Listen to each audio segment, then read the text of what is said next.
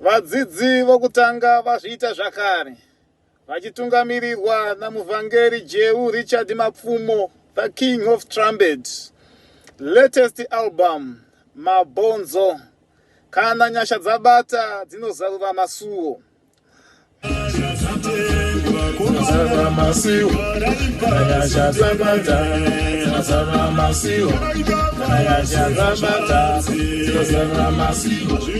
Featuring Pastor Blessing Shumba, album remhando yepamusoro-soro rinosanganisa ngoma nehosho nedzemagitare zvese zviripo ipapo.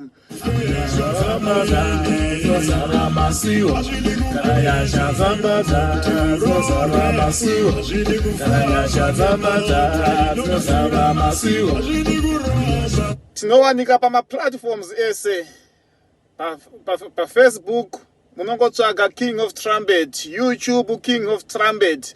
Haugoni kushaya CD rakadaro. Wenyu advisor Reverend Tapiwa Huggins Gusha, kana nyasha dzabata dzinozarura masuo.